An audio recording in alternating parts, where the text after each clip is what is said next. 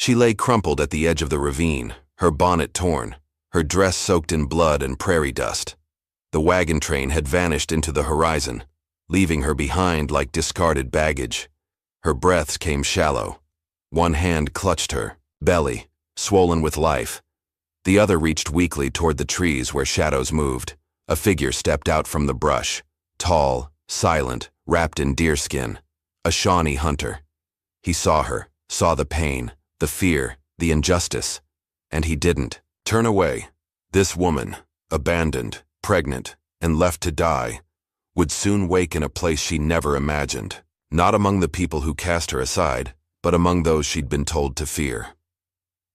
What happened next would change the course of two lives and challenge everything they'd both been taught to believe. Before we jump back in, introduce yourself and where you're tuning in from. And make sure you're subscribed, because this story, this one, you won't want to miss a second. The wind carried dust like whispered secrets, sweeping across the empty main street of Cold Creek. It was the kind of town where windows stayed shut and smiles were forced. A single dirt road cut through the heart of it, lined with crooked wooden buildings, faded signs, and doors that slammed a little too quickly when a certain woman walked by. Her name was Eliza Carver. She had arrived in Cold Creek 2 years earlier, a widow with nothing but a worn carpetbag and the child she carried deep in her belly. Back then, there had been sympathy. Folks brought bread, left jars of soup on her porch, but sympathy had a shelf life in Cold Creek, and it soured fast, especially after the baby never came. They never asked what happened, whether the child had been stillborn, or if it died in her arms one frost-bitten night. No one asked because they didn't want to know. They wanted distance. Mystery was easier than grief. And Eliza, well, she was strange. She had a limp in her left leg. Some said it was from falling off a horse. Others claimed her husband beat her before he died. No one really knew. She rarely spoke, and when she did, her voice was soft and slow, like it had to crawl through some dark place to reach the surface. And then there was the scar. It ran from behind her left ear down to the curve of her neck, jagged, white against her pale skin. She never tried to hide it. That bothered people more than the scar itself. She wore it like a truth nobody wanted to face. Before we dive deeper into her story, just a quick note. I'm Thomas, the voice behind this narration. If you enjoy how it sounds, let me know in the comments so we can keep the same voice in future videos. Now back to Eliza. In the mornings, she'd sweep the steps of the old boarding house where she lived, not because she was paid to do it, just because she needed something to fill the time. Her days were quiet, too quiet. She didn't get visitors, she didn't get mail, and she didn't get invited to town gatherings. The children whispered that she talked to herself, that she knew how to speak to ghosts, that the dead baby still cried in her room at night. But Eliza never defended herself, never chased the gossipers. She just kept moving. There was a rhythm to her loneliness, a painful predictability. Breakfast alone, laundry in the back well, reading her one torn novel until the sun dipped below the hills. She tried to make peace with it. After all, she'd lost everything once already. Maybe this was what survival looked like. Still, the silence crept in around the edges. At night especially. The walls of her small room felt closer. The floorboards groaned like they too had something to say. And always, that emptiness in her arms. Sometimes she imagined a different life. One where her husband never fell into that icy river. One where her child lived. One where her limp didn't make every step feel like a reminder of everything she couldn't fix. But dreaming was dangerous. It brought warmth, and warmth brought hope. And hope, well, Cold Creek was no place for hope. One Sunday afternoon, the church bell rang, but she didn't go. She hadn't gone since the Reverend's wife suggested her presence might trouble the mothers, whatever that meant. Instead, she walked to the edge of town, past the fence where the grass grew wild, past the tree stump where teenagers carved initials they swore were secret. She sat beneath a lone elm tree and watched the clouds drift. That was the only place the town couldn't touch her. Where the wind didn't carry judgment, only the scent of coming rain. It was there that she overheard the wagon train was heading west. She hadn't planned on joining it. At first, the idea felt absurd. She had no family, no husband to speak for her, no dowry, no rifle, and barely a coat. But something in her stirred. Some forgotten ember deep inside her ribs. Maybe, maybe, she could outrun her past. She didn't know if it was bravery or madness that made her step onto that wagon platform a week later. Her name barely made it onto the roster. A charity case, a woman without a place. The men barely acknowledged her. The women offered curt nods. The children stared. She told herself it didn't matter. She wasn't here to make friends. But on the second night, as they camped beneath a half-moon sky, she overheard two wives whispering near the fire. I heard she buried the baby in secret. Some say she's cursed, that any wagon she rides is doomed. Eliza didn't flinch. She simply gathered her blanket tighter and stared at the flames. She'd heard worse. By the fourth week, the path grew harder. Mud and steep ravines made the journey treacherous. Tempers frayed, food supplies thinned, and the whispers about Eliza grew louder. When a wheel snapped on one of the wagons and a young boy broke his arm, someone muttered, "She's bringing bad luck." She knew what was coming, not the exact moment, but the inevitability of it, the way a summer storm brews slowly, dark clouds gathering just beyond sight. It came without warning. One evening, as the train moved through a narrow pass, one of the men, Jonas Bell, grabbed her by the arm. "You ride in the back, alone, from now on." She didn't argue, she just nodded. She knew better than to challenge a man whose eyes burned with fear disguised as righteousness. And that's how it began.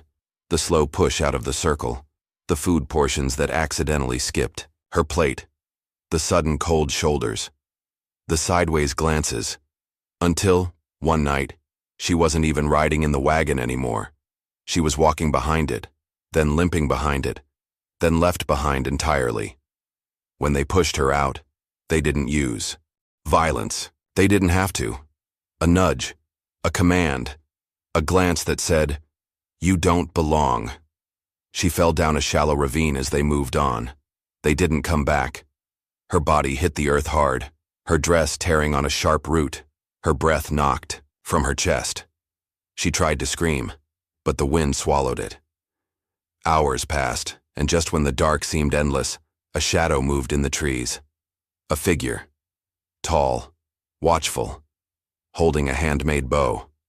He stepped closer, and Eliza blinked up at him. Blood, crusting at her lip, her hand instinctively wrapping around her unborn child. He didn't speak. Not yet. But something in his eyes told her. He didn't see a curse. He saw a woman in pain, and he didn't turn away. She awoke to warmth, not fire, not sunlight, but something softer, fur maybe, or hide. Her eyes fluttered open and she was met with shadows dancing along the walls of a shallow cave. Her back ached, her lips were cracked, but she was alive. And she wasn't alone. He sat near the mouth of the cave, quiet and unmoving, like part of the stone itself. Dressed in deerskin, hair tied back, a long scar trailing across his jawline like a reminder of a different life. He wasn't watching her, not directly, but he knew she was awake. Her mouth tried to form words, but her throat rasped like broken glass. A small water skin was placed beside her. She reached for it slowly, her hand trembling. He didn't speak, just gave a single nod. She drank, not greedily. She'd learned not to hope for more than what was offered, but enough to soothe the fire in her throat. Finally, her voice came out, soft and raw. "Why didn't you leave me?" He didn't answer. Not yet. The days that followed blurred together. He stayed nearby, never hovering but never gone long. She learned his name from the way another hunter called to him across a ridge. Tama. His people, the Shawnee, moved quietly through the forest, like the wind and leaves, bowed to them. Tama had made her a bed of pine needles and animal hides. He brought her roots and dried meat. He stitched the rip in her dress with deliberate hands, using thread made from sinew. Every act was purposeful, gentle, but unsentimental. He treated her wounds with a salve that smelled like crushed mint and ash. He asked no questions, and that, more than anything, unsettled her. One afternoon, she watched him skin a rabbit with steady hands. The fire crackled between them. "You know what they say about me," she said quietly, staring into the flames. Tama didn't stop his work. "I know what they say about you people," he said, voice calm. "Stories don't make a person." She blinked. Her eyes stung, but not from the smoke. No one had ever said that before. It wasn't love, not yet. It wasn't trust either. But it was a pause, a breath, a world between them where neither was judged by what they'd lost. She learned to watch him the way she once watched storm clouds, closely, silently, waiting for signs. He was slow to speak, but never cold. His words, when they came, held weight. "You limped here from death. Your pain doesn't frighten me. You walk like you've been left too many times." She didn't know how to answer those things, so she didn't. Sometimes she'd catch him watching her hands, how they trembled when she reached for water, how they clutched her belly when the child inside shifted. Other times, it was the silence between them that said the most. The forest had a rhythm of its own. The world she'd known, Cold Creek, the wagon train, the whispered rumors, felt distant, like something from another life. Here, she was just Eliza, just a woman trying to survive, a woman who carried both, life and grief in equal measure. But peace doesn't last long in stories like this.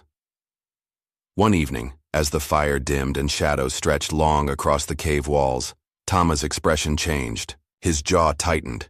His shoulders went still. "What is it?" she asked. He stood and looked to the trees. Smoke.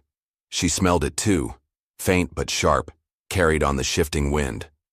Not from their fire, from somewhere deeper in the woods. "They're looking," he said. Eliza's heart dropped. "The wagon train? For me?" Tama nodded once. "They think you're dead. Now they'll want to be sure." They moved quickly. Tama knew the paths others didn't, trails no settler could follow. He led her deeper into the forest, beyond where even the deer dared to tread. But Eliza wasn't the same woman who'd fallen behind in the dust.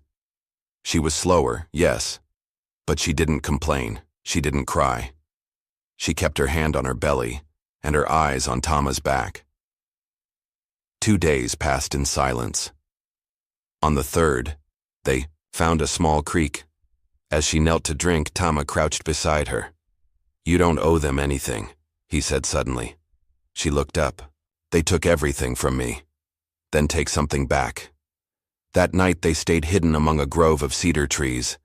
Eliza lay awake, listening to the hoot of an owl, the whisper of wind through the leaves. Then, faintly, she heard something else. Voices. Men.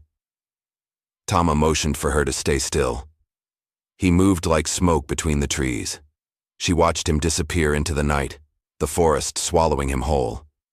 Minutes passed, then an hour, and when he returned, his face was grim.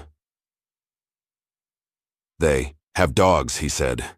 "They're not looking to rescue you. They're looking to bury you." Her heart pounded. "Why?"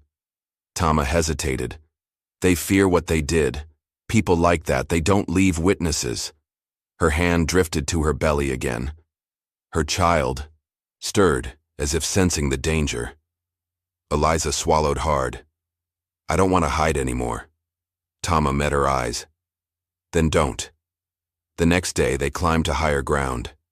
Tama showed her how to mask her scent, how to move against the wind, how to disappear into the trees, and Eliza learned. Because survival, she now understood, was not just about running. It was about choosing when to stop, choosing when to stand. And something inside her had changed. This wasn't about shame anymore, or fear, or even revenge. It was about being seen, truly seen, for the first time, by a man who didn't see a widow, or a limp, or a cursed woman, but a person, a soul. They found an old outpost tucked between the ridges. Abandoned, but strong. It would do. They'd wait out the pursuers. Let them grow tired. Let them believe the woods had taken her for good. In the quiet that followed, Eliza sat beside Tama on the porch, watching the clouds roll in. "You saved me," she said. He looked at her. Really looked. "No," he said. "You saved yourself. I just reminded you how." She reached for his hand. He let her. And in that touch, rough, warm, real, was something she hadn't felt in a long time. Home. Snow had come early that year. It fell in heavy, wet sheets, turning the forest into a white silence that swallowed sound and movement alike. Eliza sat inside the cabin, the child now a restless weight in her belly, her hands wrapped around a cup of bitter root tea. Tama had gone to trade with a nearby Shawnee band, just for a few days. She'd felt safe enough to let him go. But safety, she was learning, could be a cruel illusion. The knock came on the second day, not the quiet signal Tama used. No. This knock was harsh, loud enough to shake the doorframe. Eliza froze. Then came the voice. "Eliza, you in there?" She knew that voice, Reverend Coates, the very same man who'd once whispered prayers over her dead husband, who'd told the town she needed spiritual cleansing when she began showing signs of pregnancy barely a month later. The man who had watched the wagon train vote to cast her out. He stood there now on her doorstep in the snow. And he was not alone. 2 other men flanked him, both familiar. One was Levi Granger, the blacksmith's boy who used to stare at her like she was something foul stuck to the bottom of his boot. The other was Caleb Burns, her husband's cousin, the one who had tried to lay hands on her the night before she was banished. She still had the bruise he gave her, a purple crescent that lingered long after the shame. Eliza backed away from the door. But it was too late. They kicked it in. They didn't strike her at first. Just stood there, snow on their boots, faces smug and righteous. "We came to help," Reverend Coates said, stepping inside as though he belonged there. "You've been living in sin, Eliza, with one of them, bearing a child born of shame." Her breath caught. "Get out," Caleb snorted. "Still got that fire, huh? Even after all that's happened?" Levi looked around the cabin. "So this is where you ran to. Pretty cozy. Maybe we should keep it." "Please." She stepped back again, shielding her belly, with one hand. "Please, just leave." But Caleb didn't. He stepped forward, reached out, and grabbed her wrist. "We're doing you a favor. We'll take you back. Put the baby up in the church orphanage. Let you start clean." Eliza struggled. She scratched, bit, screamed, but 3 men against one worn, pregnant woman? There was no contest. They dragged her outside into the snow, half-dressed, her feet bare. The cold bit into her skin. She cried out, the air ripping through her lungs like broken glass. "This is what happens when women forget their place," the Reverend said, shaking his head. And then, just before darkness claimed her, a fist connected with her temple, and all went black. She came to in a barn, rope around her wrists, straw under her back, the smell of mildew and horses and dust. Her head throbbed. Outside, the storm raged. Inside, she wept. Not loud, not angry, just silent, slow tears. Because this was it, wasn't it? She had dared to believe she could have peace, that she could build something out of the ashes, that maybe she wasn't cursed, that maybe a child born of grief and wilderness could still be loved. But they'd found her, and the world hadn't changed. She curled into herself and waited to be erased. The door creaked open. She didn't look up. Then, warm fingers, calloused, careful, untying the rope. "Tama." She gasped. He didn't speak, just unbound her wrists and wrapped her in his coat. His eyes didn't search hers for thanks or answers. He looked at her bruises, her swollen face, the cuts along her arms. Then back at the door, he didn't ask what they'd done. He already knew. They walked through the storm in silence. Each step was a knife.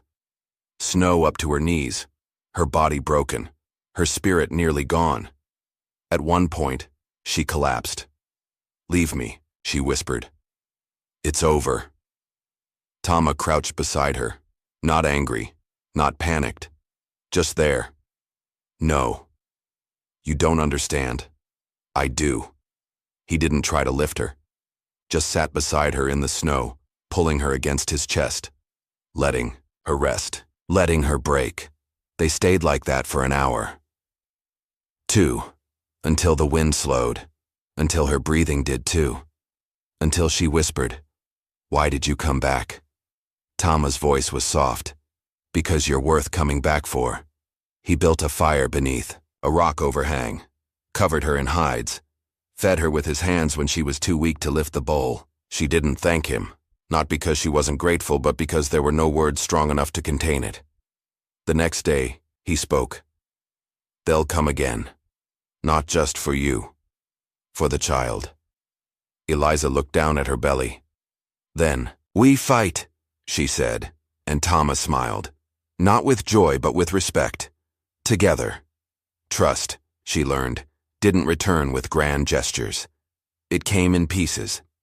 A cup of water held steady, a coat laid gently across sore shoulders, a silence that asked for nothing in return. At night they slept side by side, not touching, not yet, but close enough that their breath fogged the same air. He didn't ask for her trust. He earned it. When the contractions started, Eliza didn't scream. She gritted her teeth, gripped Tama's hand, and let the pain wash over her like a tide. The cabin was warm, the fire steady. And Tama, he never left her side. Hours passed. Then came the child. A girl. Tiny. Fierce. Alive. Eliza held her to her chest and sobbed, not in pain, but in awe, because this child was hers. Not a burden, not a shame. A beginning. Tama watched silently, eyes gleaming in the firelight. "What will you name her?" he asked. Eliza smiled. "Hope." And as the snow fell gently outside, they both understood. This was not the end. This was the middle. And from here, everything could change. The cabin stood tall now, stronger than before. The logs were sealed tight against the wind, the roof patched and reinforced with bark and thatch. Eliza had painted the door red, not with paint, but with crushed berries and boiled bark. It bled into the wood like a warning, or a promise. Hope was 6 months old. She was already walking in her strange, clumsy way, arms outstretched like wings, mouth always open in wonder. Her laugh filled the cabin each morning, and each morning Eliza let herself believe that this life was real, that the past had not followed them here. But peace, she had learned, was something you had to fight for. The townsfolk came back. Not all. Just 2 this time. Caleb and a man Eliza had never seen, older, wiry, with a tin star pinned to his vest and a rifle slung over his shoulder. "Marshal Rowe," Caleb said, smiling without warmth. "We found the squatter and the savage." Tama stepped out before Eliza could move, bow slung across his back, axe in hand. He said nothing. The marshal did. "Got reports of a kidnapped woman," he said, voice flat. "Said she's held by force.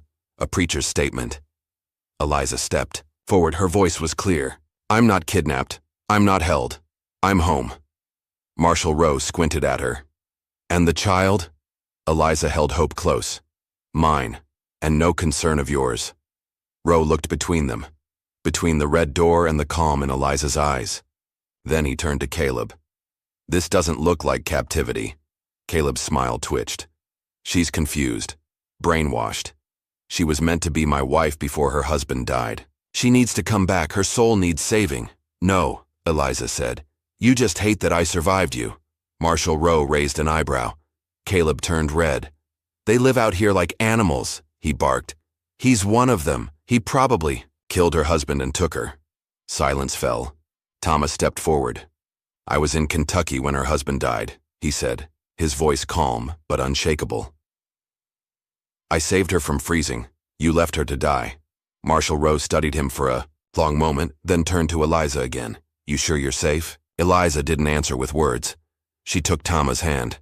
The gesture was simple, undeniable. Rowe nodded once. That's all I needed. He turned his horse and rode back. Caleb stared after him, seething. This isn't over. It is for you, Eliza said, and this time it was her who stepped forward. She slapped him hard, years of silence and shame behind that swing. If I see you again, she said, voice sharp as an arrow, I won't need a man to protect me. I am the danger now. They built a fence that week, not out of fear, but foundation. They had goats, now. 2. And a horse Tama traded for from a passing trader. Eliza had learned to ride again, even with the limp in her left leg. Tama taught her how to shoot, how to listen to the wind, how to trap rabbits and stitch leather. She taught him how to read, sounding out words by candlelight while hope slept between them. They didn't speak of love. Not yet. But it was there, woven into each day. Then came his past. Tama stood on the edge of the property one morning staring at the horizon. They're coming, he said. Who? Men from my village. My brother among them. Why now? He hesitated. Because I left. Not just the tribe, my duties, my oath. There was war. I wouldn't fight. I wouldn't kill settlers. They called me coward. Said I'd lost the spirit. Eliza looked at him. You didn't lose it, you changed. Tama nodded slowly. They won't see it that way. They came at dusk. 5 Shawnee men dressed in fur and war paint, their horses silent in the snow. One of them dismounted. His face was older than Tama's, harder. You left us, he said in Shawnee. You shamed our father's name, now you live like them? Tama stood still. I live with truth. That's more than I can say for you. The man's eyes drifted to Eliza, to the baby. A half-blood. You shame yourself twice. She is my daughter, Tama said, and I will not let you touch her. The older man spat in the snow. You are no brother of mine. Tama stepped forward. Then don't call me one. The men turned. No fight, no blood, just a fracture made final. And as they vanished into the trees, Tama did not weep. He simply walked to Eliza and placed his forehead against hers, and in that silent space, they grieved the things they could not keep. Spring came with floods and blossoms. Hope turned one. She learned to speak her first word, Ma. Eliza wept when she heard it, not because she hadn't believed it possible, but because now she did. The fire returned that year, not the fire of destruction, but of creation. Tama built her a loom. Eliza sewed him a vest. They planted corn and traded for chickens. They branded their first colt with a symbol Tama carved himself, a tree growing from flame. Their home had become a ranch, a life, a legacy. Then came the letter, tied to a rock left at their gate, written in crude handwriting. We're watching. You're still not welcome. Eliza read it 3 times. Then she fed it to the fire. Let them watch, she said. We've built something they can't burn. Tama nodded, and for the first time in either of their lives, they danced, under the stars, bare feet in the dirt. Hope clapping to a rhythm only she could hear. The news spread like wildfire through the town of Dry Hollow. Marshal Rowe returned, this time with an invitation in hand and a question that would ripple through the dusty streets and pews like thunder. Eliza May Turner is to speak at the Sunday gathering. Not a trial, not a condemnation, but a choice. And the town was invited to witness it. Eliza stood in front of the old church, her shawl fluttering in the prairie wind. The same steps she once climbed with shame now felt firm beneath her boots. Inside, the pews creaked as townsfolk shifted, whispered, watched. She could see Caleb near the back, arms crossed, jaw tight. She saw widow Marjorie, who once turned her face away. She saw children, wide-eyed, silent. And she saw him. Tama stood beside the door, not hiding, not defiant, just present, his hand resting on the shoulder of their daughter, who stared at everything with a soft smile and a daisy tucked in her hair. Eliza stepped forward, voice steady. Some of you left me for dead, she began. Some of you whispered. Some of You pretended not to see the bruises or hear the cries. A hush fell, and yet here I am. Not because of this town, but because I found something beyond it. A life that wasn't given but built, brick by brick, fire by fire. She looked at Tama. He didn't save me. He saw me. And then turning back. I don't need your blessing, but I am offering you mine. If you want to know how to rebuild what you've broken, start with truth. And start with kindness. No applause, no cheers, but a silence that felt like a page turning. After the gathering, she didn't linger. She stepped into the dust, took Tama's hand, and they walked away. Not away in shame, but forward in peace. That night, under a sky full of trembling stars, they married themselves. No preacher, no paper. Just a promise whispered into the wind and sealed with a kiss. Hope danced in the grass, a crown of wildflowers on her head, laughing like the world had just begun again. They named their second child, Jonah, after the brother Tama had lost, not to death, but to war and pride. A quiet way of saying, we still remember you, even if you can't come home. Their ranch grew. So did the respect. Over time, townsfolk came not with judgment, but with curiosity. Some brought eggs, others asked for seeds, a few just watched, trying to understand the strength it took to begin again. And in the winter, when snow dusted the red door and smoke curled from the chimney, Tama would pull her close, and Eliza would whisper, "They can't take this from us," and he would reply, "They never could." This was the story of a woman who was thrown from a wagon train and found not just by a man, but by herself. If that moved you, if something in this quiet miracle stirred, something inside, then you're in the right place. Subscribe, and let me introduce you to the next miracle tomorrow.